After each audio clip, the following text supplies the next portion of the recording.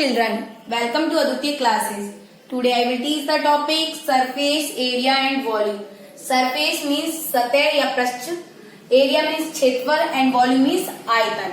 हिंदी और इंग्लिश दोनों में आपको समझा के चल रही हूँ, जिससे कि हिंदी मीडियम के जो बच्चे हैं वो भी समझ सकें और इंग्लिश मीडियम के जो बच्चे हैं वो भी समझ सकें. आपके पास पार्ट फर्स्ट से लेके पार्ट फिफ्थ या सिक्स तक आपको क्यूबॉइड, कोन, सिलेंडर और आपके पास क्यूब, इन सभी के आपको सरफेस एरिया एंड वॉल्यूम के जो फॉर्मूले हैं उनको एक्सप्लेन कर चुकी हूँ. आपको रटना नहीं है, समझना है. समझकर आप लर्न करेंगे तो फॉर्मूले में किसी में भी आपको कंफ्यूजन नहीं रहेगा. स्फीयर और हेमिस्फीयर का भी आपको एक्सप्लेन कर दिया. अब यहाँ पर है आपके पास शंकु का छिन्नक, जिसे इंग्लिश में बोलेंगे frustum of a cone. Cone means शंकु, फ्रस्टम मीन्स छिन्नक. अब ये छिन्नक क्या होता है? छिन्नक जो आपके पास कोन होती है, उस कोन का अगर आप नुकीला जो पार्ट है, मतलब जो कोन आपकी कोन कैसे होती है, कोन आपके पास ऐसे होती है, ठीक है, जैसे कैप. अगर इस पार्ट को आप कट कर देते हैं तो आपके पास जो शेप बनेगी उसे आप क्या कहेंगे? फ्रस्टम. हिंदी में क्या बोलेंगे?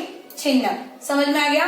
जो ये पार्ट था कैप, समझिए जैसे बर्थडे कैप का, ऊपर कैप का आपको जो सर्कल जिसमें जो बड़ा रहता है वो आप नीचे की साइड रहता है, और जो ऊपर जाके दोनों आपके पास ये साइड्स मिल जाती है, तो ये पार्ट आपका जो नुकीला से रहा है ये वाला, तो ये आप कट कर देंगे. तो इसके बाद जो आपके पास शेप बनेगी, इस शेप को क्या कहेंगे?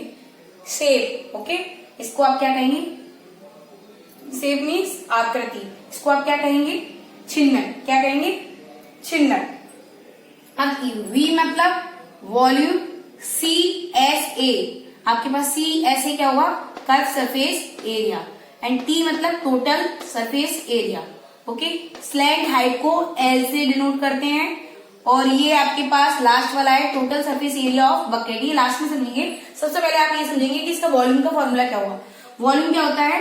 जो भी आप जब आप किसी ऑब्जेक्ट को रखते हैं, जैसे मान लीजिए ये डस्टर है, जब आप इस डस्टर को रखेंगे तो ये डस्टर जो है ये जगह जो ले रहा है, घेर रहा है, ठीक है, वो प्लस आपके पास जो हाइट भी जा रही है, तो वो सब इंक्लूड करके क्या बनता है हमारे पास? वॉल्यूम. क्लियर? तो वॉल्यूम का फॉर्मूला होगा 1/3 पाई एच R1 का स्क्वायर प्लस R2 का स्क्वायर प्लस R1 R2. अब ये R1 और R2 क्या है? और जब आपने इस पार्ट को कट किया तो यहाँ पर हमें क्या मिल गए? दो सर्कल फॉर्म बन गए. तो आपके पास फर्स्ट वाली की जो आपकी रेडियस है वो क्या मान ली हमने? R1, और सेकंड वाला जो सर्कल है उसकी रेडियस मान ली R2, और स्लैंट हाइट मतलब तिरछी हाइट, ठीक है. तो ये स्लैंट हाइट को आपने डिनोट किया L से, और जो हाइट होती है बेसिकली उसे आप कैसे डिनोट करते हैं? H से परपेंडिकुलर होती है जो ऑलवेज. ओके, तो आपके पास फॉर्मूला क्या बनेगा? 1/3 पाई एच R1 का स्क्वायर प्लस R2 का स्क्वायर प्लस R1 और R2. क्लियर? आप इस तरीके से आप याद रख सकते हैं. जैसे 1/3 पाई एच तो आपको बाहर लेना है. दूसरी चीज, आपके पास जो R1 और R2 दो रेडियस है, उन दोनों का स्क्वायर प्लस इन दोनों का प्रोडक्ट. ओके, प्रोडक्ट मतलब मल्टीप्लाई. R1 और R2 का मल्टीप्लाई प्लस R1 का स्क्वायर प्लस R2 का स्क्वायर, दोनों का अलग अलग स्क्वायर करेंगे, प्लस आप क्या करेंगे? इसमें प्रोडक्ट करेंगे. ठीक है, ये तो हो गया वॉल्यूम. अब है हमारे पास curve surface area. Curve surface area क्या होगा आपके पास? जिसने इसे कवर किया. अगर कोई चीज आप इस पर आप क्या करें, इसे कवर करना चाहे किसी चीज से, तो कवर करने के लिए आपको क्या क्या लेना पड़ेगा? तो आपके पास क्या होगा? आप जब कवर करेंगे तो इस तरीके से आपको जो सामने से दिखे, कवर करने में जो आपको सामने का पार्ट मिले, तो उस सभी आपको कवर करना पड़ेगा. तो उसका फॉर्मूला हो जाएगा आपके पास pi L R1 plus R2. R1 और R2 का क्या है हमारे पास?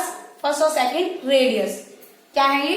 रेडियस. ओके, एल क्या है हमारे पास? Slant height. पाई क्या है आपके पास? एक फिक्स वैल्यू, जिसकी वैल्यू की पाई की जो वैल्यू होती है वो 22/7 या 3.14 क्या होती है?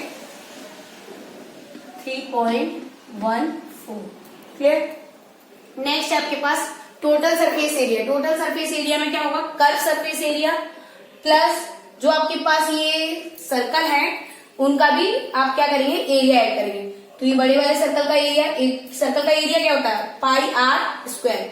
तो R1 है तो पाई R1 का स्क्वायर, ये पाई R2 का स्क्वायर, ठीक है, प्लस ये दोनों को कर दिया. अब इसमें हमने किसको ऐड किया है? Curve surface area. तो ये पूरा मिल गया हमारे पास टोटल सरफेस एरिया. तो टोटल सरफेस एरिया का फॉर्मूला हो गया pi L R1 plus R2, ये जो कि हमारा कर्व सरफेस एरिया है, प्लस इन दोनों को हमने ऐड कर दिया. क्योंकि ऊपर और नीचे के पार्ट भी ऐड कर दो तो टोटल सरफेस एरिया मिल जाता है। ओके, अगर इसमें से हम देख रहे हैं कि पाई कॉमन है समय, तो पाई कॉमन ले लिया, हमारे पास ये पार्ट बचेगा प्लस r1 का स्क्वायर प्लस r2 का स्क्वायर। ओके, तो पाई बाहर ले लिया। आप इस तरीके से आगे पीछे टर्म कर सकते हैं, क्योंकि इसमें प्लस का साइन है, कोई फर्क नहीं पड़ेगा। आप पहले ऐसे भी करना चाहें r1 का स्क्वायर प्लस r2 का square plus l r1 plus r2, ऐसा भी कर सकते हैं। ओके।